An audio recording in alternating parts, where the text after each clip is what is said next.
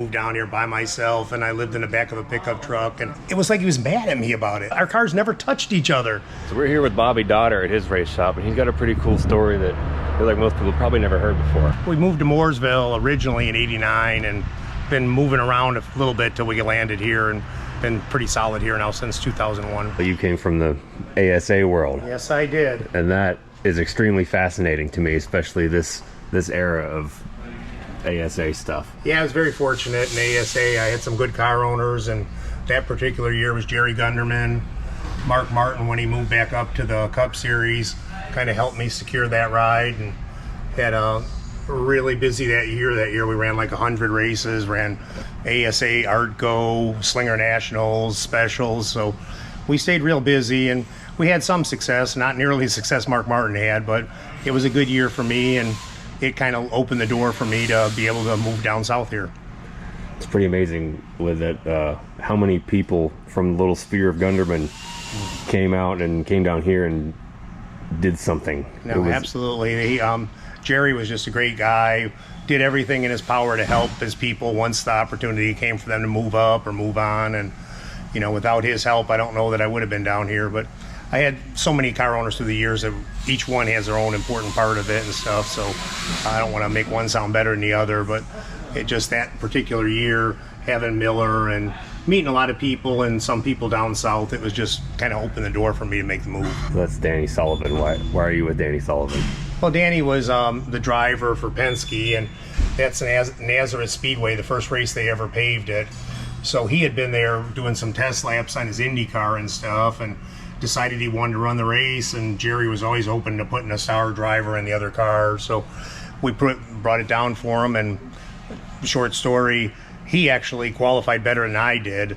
We were in the same, they had heat races like our 100 lappers, and at the start of his race, our race, Mike Eddy got into him and spun him, and he caused like a massive crash. Well, he ended up spinning and just getting away from it with no damage, and my car just got hit on every end of it.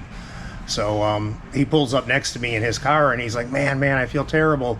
He said, why don't you jump in this car and go ahead and finish the race? And I'm like, no, we'll fix ours, and we'll be back for tomorrow for the big race. So we stayed up pretty much all night, worked on the car, got it fixed, ready to go the next day for the main event, and it rained out. They never ran it. The most memorable experience is when I won my first ASA race. It was Sandusky, Ohio, and I'd been trying for like 3 years at that point to win a race, and I was with Gunderman, the Miller team, and there was a lot of pressure on me to win a race, and I hadn't done it yet. And it got late in the race, and I was leading, but we had a little older tires than some of the other guys, and Earnhardt Sr. had a good wrench car. He hunted me down pretty good, and it got to be, 5 laps to go or something, and he come up on me pretty fast and ducked under me going in the corner, and I just had the feeling that he was going so much faster than I was, he wasn't going to make the corner. So instead of just trying to stay there, I checked up, and he went in the corner, and he went in way too hot. He slid way up.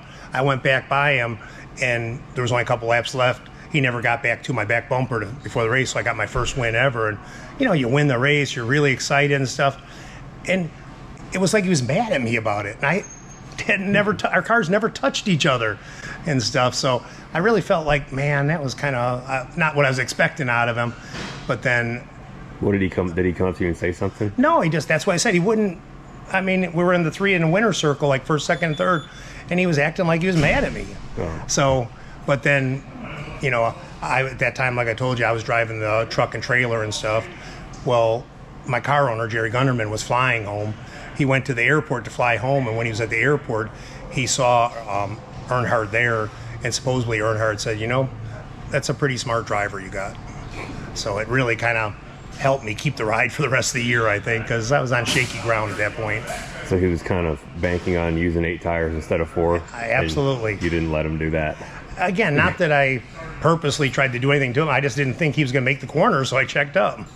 What's the theme of the O numbers, 07 and 08? Well, to be honest with you, I got a ride from a guy. Okay, I came down here, and I was actually number 79. That was my number. I came down and tried to run that time it was called the Busch Series in like 88, and I was doing it I got a friend of mine that gave me a garage stall to use in Kannapolis over here. I had a pickup truck next to it that had a camper shell on it. That's what I lived in. I stayed in a camper, or back a pickup truck, really. I'll call it a camper.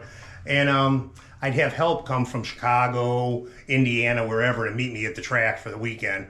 And we ran about 12 races or so that year, trying to get my foot in the door with Busch Series. Well, at that time, like I said, I was number 79. Well, at the end of that year, I mean, I was broke. I had won a pole at Louisville, Kentucky. I had some good top 10 runs, but nothing that sparked any interest where I had a ride or nothing. So I was pretty much ready to pack everything up and move back home. And I got a call from a gentleman in Florida, and he said he wanted to talk to me about driving his car. And he wanted to do a year of like late model racing in what was then called the All Pro Series. And if things went well, we could move to the Busch Series the next year. So I went down and met with him, and ultimately we put together a deal. Well, he was number 8. That was his number. He insisted on being number 8. And I was like, okay, I'm good with that. So we ran that year, and we won some races. We won some poles. Really had a great year. But through that year, we had bought some Busch cars, and we went to like 3 or 4 Busch races, and didn't qualify for any of them. So as it got later in the year, like September or so, he's like, I really feel like we need to do another year of all pro racing. You need to stay here. And I'm like, I didn't enjoy being down in Florida. And my fiance, we'd already set up here in Mooresville with her son in school and stuff. I said, I really want to move to Mooresville next year. And he's like, well, we got one more race. We're going to try to go to Martinsville. Let's see how it goes, and then we'll revisit this. So I went to Martinsville, and just things fell in place. I qualified for the race. Out of like 50 cars, I made it on time. And then in the race, I finished top 10. So that was before cell phones, of course, and stuff. So, and he wasn't there. Even though he's my owner, he lived in Florida, he never come to none of the races. So I got as quick as I could after the race. I got to a cell phone, and I called him up, and I said, yeah, we did this, finished top 10. He says, let me guess, now we're wanting to go Busch racing next year, right? And I said, well, that's what I definitely want to do. And he said, okay, why don't you stick around there another week or so and see if you can find a shop. So that was kind of the start of how I got the deal to go back Busch racing again. And he was a great owner for like 4 or 5 years. DeWalt, he was the owner of the cars when we ran DeWalt. And ultimately, we looked like we were going to really go somewhere. And after 2 years, DeWalt decided they were going to go in a different direction. And now, since you're a fan of racing, obviously you know that sponsors keep cars on the racetrack, and they also keep these videos coming to you. Today we'd like to thank our video sponsor, Redtiger dash cams. These things have great picture quality, they're super easy to install, and super easy to use. So with this system, you got 2 cameras. You got the main one that goes on your windshield. You got a touch screen on it. We'll hook it up and show it to you. And this one goes on your back glass for the rear view. And all you do to hook them up is it comes with USB-C cables that you run from one into the other. Now, if you just want to take it out of the box and throw it in your car, it would literally take less than 10 minutes to do it. You put down this electrostatic plastic cling first, and then you put this on top of it. So putting that cling on there first, if you have to move it, you can take that off so easily, it won't leave any residue. You just take your normal cigarette lighter port. It's gonna power up all by itself and start recording as soon as it turns on. Crystal clear 4K picture, touchscreen. It has 128 gigabytes of internal storage, so you don't even need an SD card if you don't want to. The internal storage is more reliable than an SD card in the event of a collision and not losing your data. As you can see, it's got great night vision capabilities as well from the Sony lens. If you choose to, there is an available hardwire kit as well. If this is something you're into, you could get up to 45% off your Redtiger dash cam. Find the link in the description. He decided he had spent an awful lot of money on racing, and he decided to back away from the sport. But being the great guy that he was, he ended up saying, you know, I know you've drove for me for like 5 or 6 years now, and really we've never been able to pay you like you were supposed to get paid. He says, what about if I just give you the team? He says, you know, we got that brand new tractor trailer and stuff. He says, if you can find somebody to buy that, to take it off my books, you can just have all the race cars and stuff. Wow. So that's how I became a car owner. And that was the origin of what you're doing now. Right. And that was, at that time, his team was called Team R Racing. And pretty much, I don't know that we had a name for, oh no, I did. I took to buy the semi-trailer and truck. I had a gentleman that was helping me with some tractor stuff from Illinois, Lloyd Kenny and Patsy Kenny. It's called P&L Transportation. Well, they came aboard and they helped me out by buying the truck and trailer and becoming my new partner, so to speak, to go racing for a little bit. Well, then because where he was from and where I'm originally from, Chicago, we called the team Midwest Motorsports. So that's the name we went with for a while. And then, like I said, once I ended up going truck racing, I started driving for a guy that was called Greenlight Racing. So we kind of inherited the name Greenlight Racing. Well, then when he decided his time had come up to move on to something else, I took on a new partner, and his team was called S&S Racing. So we kind of put the two together and became SS Greenlight Racing. Huh. I always wondered about that because I'd see the sign and I knew about the team, but I didn't know that that it was your team. Yeah. And for the first time ever, about 4 years ago, Ken Smith was my last partner with S&S Racing, and he was, in a lot of ways, by far the best partner I ever had because he made me learn about spreadsheets and accounting and things that I had never really been doing before, and he took me to a whole new level of how to run the race team. And then after a few years, when he decided he was ready to get out, he sold me all his assets for a very good price to where I could afford to do it, to become the sole owner of the team without a partner. So was the origin of the 08 because 8 was already taken? That's where we were going with that, yes. It was. And a funny story about it too was he put in for the number and he come up with 08. And at that time, nobody really ran O anythings and stuff, so I wasn't excited about it. So after we got moved in and everything down here, I was getting going for the next year, and I did some checking, and I called him up, and I said, the 88's available. Instead of 08, why don't we go to 88? That was kind of a neat-looking number, right? And he's like, well, if you want to do that, that's okay. Why don't you go find another team and drive for them for 88? My number is 8. I want to stay 8, and 08 is still 8. So I said, no, I like that number. And then the 07 was just... We decided to add a second car, and it was either 7 or 9 or whatever, and we went with 7. This is like for our meetings and stuff like that. We don't use this office all the time, but a lot of my, special type collectibles are up here, kind of trophies from special races. The year I drove the Miller car for Jerry Gunderman, we won part of the Slinger Nationals, and that's the trophy and the picture from winning the first leg of the Slinger Nationals. So Gunderman didn't have any problem switching the number from 2 to 79? No, it's funny that you would have thought he might have had some, but he, was very open to, if all your success had been with 79, let's stick with it. Was your dad still racing ARCA when you were doing this stuff? Oh, yeah. He raced ARCA for a long time after that and won 3 championships, and I think his last was like 83, 84 or something like that. And he probably raced about 4 more years after that, and then he moved to being crew chief for Andy Hillenberg, and they won the championship with him as the crew chief. And then he actually started helping me quite a bit there, and he got sick with cancer, and then that was the end of it. If he was running ARCA, why were you doing late models instead of running ARCA? How did that pass come out to you? Yeah, we always went. The only reason I ever even got to race, period, was because he got in a ride in ARCA.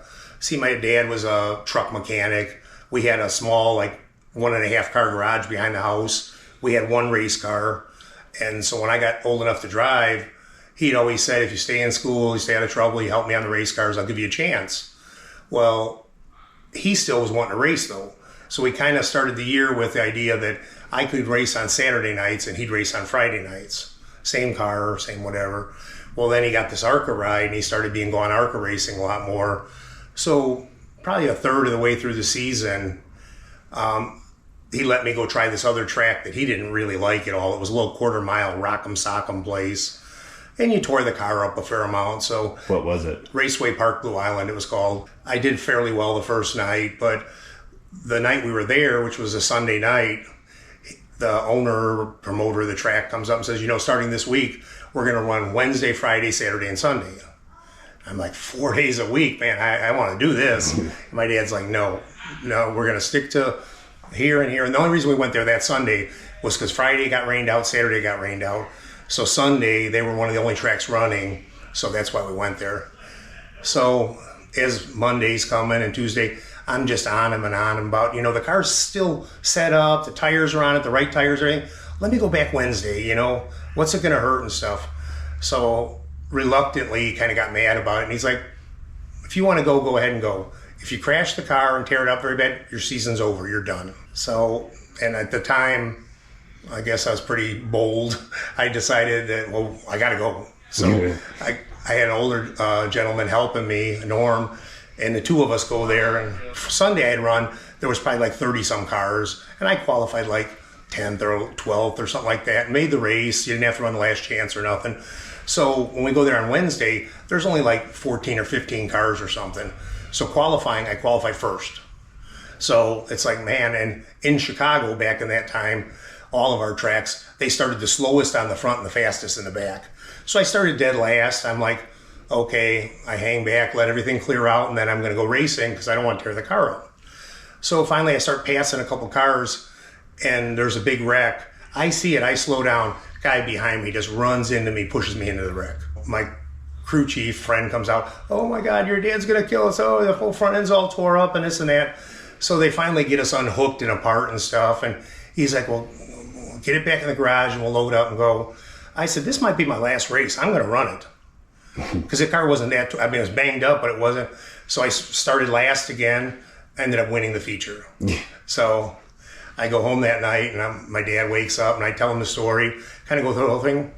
He's like, doesn't say a word, doesn't say good job, doesn't say nothing, right? Just goes back to bed. So next day he comes home from work, it was Thursday, and I'm out there working like crazy on it and stuff. And he's like, okay, well, you got to get this and this. We got to change the gear. I said, well, aren't you going to let me go to Raceway? I mean, I won. Aren't you going to let me go there tomorrow night, Friday? He says, do you not listen to nothing I tell you? You're going to run Saturdays at this Waukegan Speedway, and I'm going to run Fridays at Grundy County. And I'm like, even after I won? So, yeah. So we get the car ready, and he goes and runs it there. Well, I go Saturday to the Waukegan Speedway, and it turned out it was a class that was like, we had a super late model, but they had put smaller tires on them and called it limited late models, and that's what he had me running in. Well, I was setting fast time and winning like quite a bit. Well, a lot of the people there didn't really appreciate that I was doing that because my car was a better car than a lot of theirs. So that week they had a rule change and no quick changes, no this. So we get to the track and they tell me all this. And I'm there with my crew guy. My dad's off ARCA Racing, again, before cell phones or anything. And, I'm like, this rule's against us. He says, well, next week you got to have it all changed or you can't run. We'll let you run tonight. So I wanted to load up and go to the other track, which was about an hour and a half away. And my guy's like, no, your dad said this is what you got to do. So I ran, and I ended up winning that night, but not without. I got in like 3 or 4 different accidents, and I had, a number of the drivers unhappy with me. And after I won the race, I was getting the checkered flag, and this flagman says, when you go back to go in the pits, do not go in the pits. Just go right down the road. Your truck and trailer are out there, and there's a security guard out there. Otherwise, you're going to get your ass beat. What did you do to make why are people so mad? Well, everyone was like trying to just purposely block me, and at least I felt like they were. And so I kept trying to pass the guy. And when I couldn't get past him, I got alongside him a little bit, and he started coming up with me. I just hooked him and put him up into the wall. So that was the final blow. Let's put it like that. So we fixed the car. Was banged up from that night. We went to Waukegan Raceway the next night, and my dad gets home on late Sunday, and I tell him the whole story, and he's like, and you went to Raceway. After I told you not to go to Raceway, you went to Raceway. I'm like, well, I'm not going to go back to Waukegan after what they did. And he's like, here's the deal. Since you seem to know everything, you're much smarter than me. He says, you go do it. Go do it yourself. If you can keep it going, more power to you. But don't ask me for money, don't ask me for help, don't ask me for nothing. We started racing 4 nights a week at Raceway, and things clicked for me there. It was lucky. And I had a good car compared to some of them out there, but we ended up winning like 20 features that year. And every night I'm coming home with a pile of money and putting it on the table for him. Okay, we made this much. So finally, later in the year, he softened up a little bit, and he started coming back racing with us. So that was kind of how my whole career started, though. What year was that? 1977. Okay. Back when you could actually win some races and get some money that was useful And for it. it generated an all-out ride for me where they're one of the better rides that was in our area running all the other tracks. I got to drive that for the next 2 years after that. And because again, we didn't have no family money. So it's like when I started doing good, the car was making enough money that we went ahead and we bought a better engine. We did this, we did that, and we just made things better. But it still was very limited compared to what our moving up to anything bigger than there. When you were doing that stuff back then, were you in the vicinity of or encountering people that you would deal with later in NASCAR world? Oh yeah, no, there's Like who? the Venturinis and Dodders have been around each other a lot. Let's put it like that. So, just there's a lot of them. There's a gentleman, Bob Shack, that's down here. We raced against him a lot. As far as the local little track that I was at, not a lot of those people actually left to come down here. But as we started moving up a little bit, and like I said, my dad in ARCA, we made a lot of people that are still around here. Part of the SS thing, when I back up to the SS, when I teamed up with a gentleman from S&S Racing, he owned late models that ran ASA series. So we brought them down here. Butch Miller was his driver at the time. Butch started running the truck some, and then we turned it into like a rent-a-ride, and we started putting drivers in it. And with Butch as the crew chief, they would go win all over the place and do well. Well, we kind of, the ASA series changed and was going out of business kind of and stuff. So we kind of somewhat shut it down, and Butch started helping on the trucks all the time. Well, we heard about this big 75,000 to win race at North Wilkesboro and decided that we wanted to give it a chance. Well, our driver in the trucks that year, some was Chris Eggleston, and we thought the kid really had a lot of talent, did a great job. So we made a deal with him, you bring some money, we'll go do it, and if we win, we'll split the money, and it'll be good for both of us. So he's like, yeah, I'm all in. So we went there, and long story short, it got rained out, and that we had a crate motor in it, like where everyone else had built motors.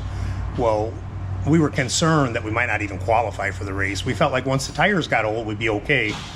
And it turned out we were the last one to make it on time. And we got in the race. Well, then the next day, it got rained out, and then they ran it the next day after that. Well, it ran like the second half of the race without a single caution. And with the less motor, we ended up winning the race easily. And to this day, 75,000 to win there, that's the biggest win we've ever had. Even when we won California Speedway with Cole Custer driving, it didn't pay that much. That's crazy. So, but that was a real exciting time then. That was like whenever Wilkesboro was revived for a weekend once. Right, and then and then it looked like it was done for really good because it rained that whole weekend. There was no one in the stands. It was just a disaster kind of from their standpoint. So then it looked like it was done. But and there's a banner from when we did win with Cole Custer at California. We were doing a joint deal with Stuart Haas Technology and stuff. We got like 6 cars from them that year and stuff. And we were struggling some of the time with our driver, Joe Graff Jr., but we put Cole in a few different races, and he won one, and he ran very good in all of them. So kind of helped us see the cars would run as good as we hoped they would. Are you still using those cars? Now, when Joe Graff left here and he went to Sieg, the Sieg family there, he took the cars with him because it's kind of the way the sponsorship worked out. Burt Myers, modified King at Bowman Gray there. He drove for us at Martinsville and did a really good job, but then he got caught up in a wreck. And one of my best drivers from in the truck series was Chad McCumbee. He really, really was on the verge of being something big and got the ride replacing Kyle Petty with Richard. Signed for the full year with Marathon the next year, and that's when Richard shut the team down and got out of like owning it like that and moved it over here to where he just put his name with other teams. So Chad ended up in a contract and everything to run full-time Cup, and it never happened. Well, that sucks. I didn't know that. But he got into road racing, and he's like owns all these cars, and he still had a great career. But I really think he could have went all the way. He was kind of like a Ross type talent, Ross Chastain type talent. I think he's probably best known for playing Dale Jr. in that Dale Earnhardt movie. And that's right. Yeah, shortly after that was when he came to drive for me. And we had, I had been driving in the trucks for probably 2 years, and we had some other drivers doing the other one. And in the 2 years we had done it, we had never had a top 10 on a speedway. Martinsville and that, like I finished 4th at Martinsville. We had good short track runs, but never a good speedway run. The first race Chad run for us was at Texas, and the first time in the truck he finished top 10. So he really knew how to drive those tracks. Did you run that truck on the wall out of here? That was that's when we bought this shop. That's the first truck we built here, and that was the gentleman, Greenlight Racing, and our sponsor was always People Against Drugs. I'd go around to schools and talk to them about, staying off drugs and the good things can happen to you in your life and stuff. And went to Daytona and had a good run with it. So the trucks were fun. There's only less races, so it wasn't quite as taxing as this is. But unfortunately, they cost just as much to race almost, and the payoffs aren't quite as good. And finding sponsors is a little more difficult for the trucks than it is for Xfinity. So we kind of shifted gears after a number of years in the trucks and went to Xfinity. After the DeWalt years there and stuff, I crew chief for other guys for a couple of years. Well, after doing that for about 3 years, then in 2000, I decided I wanted to drive again, and I got hooked up with SS Racing, and they were out of Texas, Greenlight Racing, and they were out of Texas, and we ran the whole Winston West series. Well, out of 12 races, I think I won 4 of them. I won like 3 poles. Had the most fun I've ever had probably in driving. I would fly to Texas, work on the cars, get it all ready, then go from Texas to wherever we were racing. And so, but it was just no pressure. Went there, had a good time. Brendan he won the championship that year. We were neck and neck for the whole year, but we blew up at Vegas early and finished like second to last, and the point difference was what cost us the championship. But like I said, just had a great time. Went to the Bankwood. Now, mind you, I'm from here, still living here in Mooresville, flying to California for these races. Go to the Bankwood, and I finished second in points and all this stuff. And then they announced the most popular driver, and I won the most popular driver somehow. I was floored. I could not believe it, because again, I was kind of the outcast from them people, I would have thought, but it was just a great group of people, and I enjoyed it a lot. I would have still, if it would have been my choice at the time, we would have kept doing it. But my car owner had gotten to be really good friends with Brendan Gaughan and his dad. And the car owner says, no, Brendan says you got to go truck racing. That's where it's at. Truck racing is what we got to do. So he come down here, and at the time he bought this shop, and it had like probably 10 or 12 trucks in it, all different kinds of wrecked condition. But he bought the assets that were in here and stuff, and that's how we got into trucks. A bunch of the equipment that was in here was, if you remember, the Darrell Waltrip had a truck team. Yeah. And Die Hard was the sponsor. Well, this guy had bought a lot of that equipment, so a lot of the stuff was here was that equipment. But at that point, it had already gotten to be pretty old equipment compared to what people were running. So a lot of that was just pushed in the corner over there, and the real race stuff was over on this side. Jerry Gunderman, and DeWalt.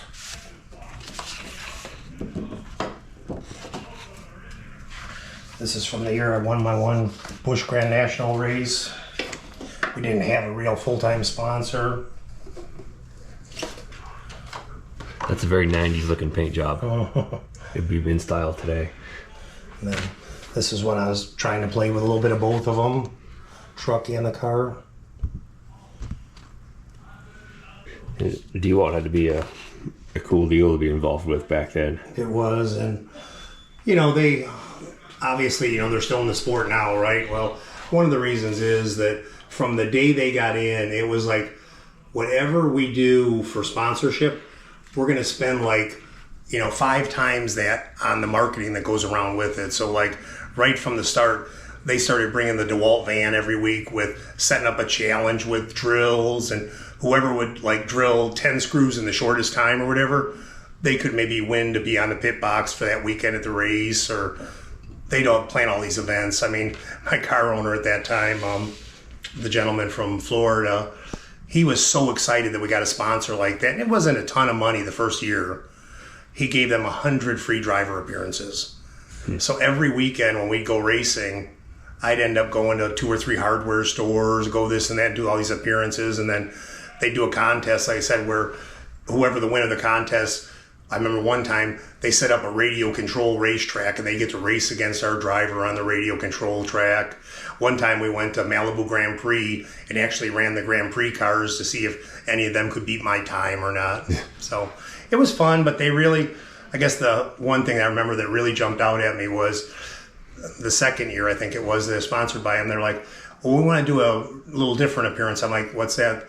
We want to go to the Long Beach Grand Prix in California or whatever. And I'm like, huh? That's IndyCar or whatever. Yeah, but it's going to be great. And they had me at the hotel right, it's like in the middle of the one corner there. And I mean, we had a great time that week. And I mean, even though we were a stock car and it was Indy cars, people seemed to love it. They had like 4 or 5 show cars that just went everywhere in the country. That's really cool. And I like hearing about stuff like that because I think the sport today could use more of those types of interpersonal activations and just fun stuff. Well, that's it. And like I said, just, you know, the one, you can guarantee what happens off the track, but you can't guarantee what happens on the track. So very true. Just try to make the stuff surrounding it as successful as possible. Did you have a lot of Miller beer when you drove this car? Yes, I did. Did they just ship it to the shop in cases? Yes, they did. I think I remember shop was in Milwaukee and Miller's there too. So that seems like in some cases it could be counterproductive. Yeah. Yeah, that's pretty cool to see. It's kind of the weird. You just do something because you like it, and it leads from one thing to the other thing, and then. It's just so much harder nowadays for you guys to try to do it that way, though, because things have gotten so expensive and so high tech that you can't just, you know, put that extra work into it. Or, you know, like I said, when I moved down here to try that rookie year in Xfinity, which was Busch at that time, like I said, I had a little open trailer, a van, and I moved here myself. And that was how I went racing that year. Like I said, just had people meet me at the track, and when I moved in, this guy let me work out of his garage. You know, he'd come out and give me a hand if I needed to check the toe or something like that. But otherwise, I was there most of the time by myself. If you were 17 years old today and you wanted to get into racing, but your parents were like, no, I'm not helping you do that, how would you do it? What would you do? That's why I said it's not like it used to be. I mean, it's not really almost impossible for you to get going unless you go to work first and make your own money to where you can start buying the stuff it takes to do it. You ever have kids come in here that have never worked in racing before that want a job? All the time. Especially, you know, down here, so many kids spend all that money to go to the NASCAR Tech down here, and they've never really worked on a race car, and they show up and, well, I was at NASCAR Tech and I learned all this and stuff, and very rarely does it turn out well. I mean, they teach them a lot of stuff there, but a lot of it is good if they're going to go to work at a dealership or something like that, not so much on the race team. I guess there's a higher probability of them ending up at a dealership. There's a lot more of them than race teams. What skill set would apply to some kid that they could go get a job somewhere doing something that would translate to being able to work at a place like this? Well, what I've suggested to a few of them before they go, I said, rather than spend a lot of money going to a school like that, you're better off just volunteering to be on a race team if they can give you real things to learn so you get some hands-on experience. And that's going to get you a lot further in the business, and use that money you would have spent for the school to, you know, pay for your apartment, do whatever, but just volunteer on a race team. Like a local, wherever your local track is. Yeah. Any guy would let you and that's push why, the room. I've got like a number, at least 3 or 4 of my people here. One's from Missouri, one's from Wisconsin. So I hire people that have been in racing when they worked a real job during the day, they raced on the weekends and at night. So they come down here and it's like, oh, I get to do this full time? It's like they appreciate what we got versus these other ones, the newer guys come on and it's like, okay, that's my job from 9 to 5 and when's my break? And, you know, they're not used to working at night till midnight and then going to get a real job in the morning again. That's very true. I've never really thought about that angle of it before in that capacity, but it is really true. You have a whole different appreciation for it when it's something you're itching to go do, and you wear yourself to the bone anyway, but somehow you think it's fun. Absolutely. That's what it's all about. Yeah, I like to put stuff like that in there because for the younger people that watch this, if they don't keep coming, who's going to keep it going? That year that I was telling you, I moved down here by myself and I lived in the back of a pickup truck and this and that. Well, I had a gentleman call me that knew of me from something, but he's from Escanaba, Michigan, and he's like, my son's 16 or whatever, and I want him to come down and work with you for the summer. And I'm like, I'd love to have someone, but I can't afford no one else. He says, no, you don't have to pay him or nothing. I'll just get him down there and he can help you. I says, I'm embarrassed to tell you this, but I can't, because I don't even have a place for him to live. I live in the back of a pickup truck for most of the time now. And so we talked back and forth. Well, he ended up renting us a little trailer to live in. He sent the kid down. The kid worked with me for the year. I think, if I remember right, he had to go back to school that year. Then the next year, when he graduated, he come to work for me full time for a couple of years. And 30 years later, he's at Joe Gibbs. Really? Yeah. Well, that's cool. Did you get to keep the trailer, or did you have to give that back? No, it was like a mobile home trailer. Oh. So in a trailer park, we were just trailer trash, When you were sleeping in the back of your truck, where did you take a shower and stuff? Well, we go racing every weekend, and the gentleman that rented me or gave me the shop, he didn't rent it to me, let me use the shop for free. He'd let me go in the house a couple times a week and get cleaned up, do what I need to do. Wow. So you didn't even get to shower every day? Not every day, no. That's how bad you wanted it. Well, yeah, I guess. The worst part than the shower, I mean, that's bad, obviously, but would be that during the day, he'd be off, she'd be off, they'd be locked up, and there was no bathroom in our garage. So I'd have to go down to the gas station or whatever if I had to go to the bathroom during the day. I thought you were going to say you'd have to go to the woods. Well, that may have happened too. I think stories like Bobby's are important to hear, because there are so many great stories of guys who have put it all on the line and made it work and carved out a great career and a fun life for themselves by doing this that maybe you might not know, because people love the old primetime drivers of the Winston Cup era, but for every one of those, there's 50 guys that the average person might not know about, or if they know their name, they don't know their story. It's important to put that out there, because you got to give people dreams somehow. And if I never had the inclination or the belief that I could actually do something with myself in cars and racing and not have to go get some terrible 9-to-5 job that I hated, I would have some terrible 9-to-5 job that I hated right now, and my life would suck. At least that's how I feel. That's what I thought my life was going to be before I started down this path. I thought I'd graduate college and just get crushed by the disparity of the real world, which is why I threw everything I had into building my Escalade, so I would already have my fun car handled. And once I got out into the abyss of the real world, I wouldn't have to worry about trying to build something like that once I didn't have any time or money to do it. And little did I know, by putting everything I had into what I cared about, I was able to just keep doing that. Not by accident. I set down that path by accident, but once I got far enough down to it, it clicked for me that I'm like, okay, I think I can do something with this. And what Bobby said about it being pretty much impossible for a young kid to get into racing the same way he did is true.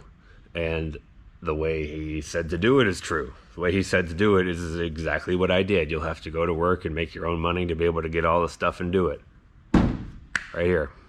I'm living proof. It took me 10 years, but I did it.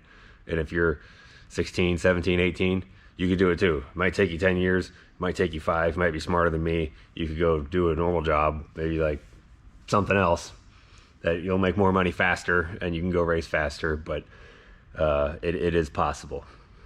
If you do nothing else today, send this video to somebody you think needs to hear that message. Even if they're like, no, just watch the last 10 minutes of this thing, just for that. You might change someone's life.